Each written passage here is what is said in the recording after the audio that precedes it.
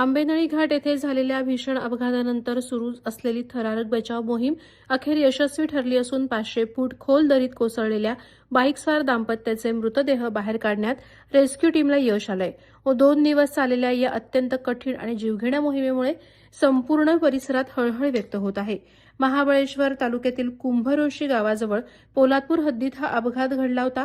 दिनांक 23 एप्रिल रोजी सायंकाळी सुमारे 7 वाजता प्रतापगड सर्च अँड रेस्क्यू टीमचे सदस्य अमित जाधव यांना घाटातील एका धोकादायक वळणावर रस्त्याच्या कडेला संशयास्पद अवस्थेत स्प्लेंडर मोटरसायकल आढळली. बाईक बॅरिगेड्समध्ये अडकलेली असल्याने अपघाताची शक्यता लक्षात येताच त्यांनी तत्काळ सहकाऱ्यांना माहिती दिली. त्यानंतर Pratapgad search and rescue team आणि महाबळेश्वर ट्रेकर्सच्या सदस्यांनी घटनास्थळी धाव घेऊन शोध मोहीम सुरू केली.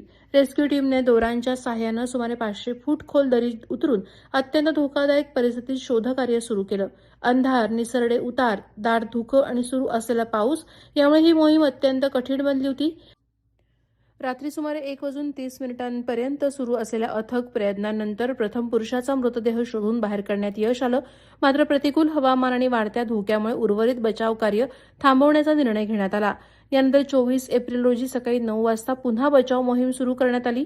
नव्या उत्साहानं आणि अधिक नियोजनपूर्वक सुरू झालेल्या या मोहिमेत तब्बल 3 तासांच्या अथक मेहनतीनंतर महिलेचा मृतदेहही दरीतून बाहेर काढण्यात यश आलं. यामुळे संपूर्ण रेस्क्यू ऑपरेशन यशस्वीरित्या पूर्ण झालं.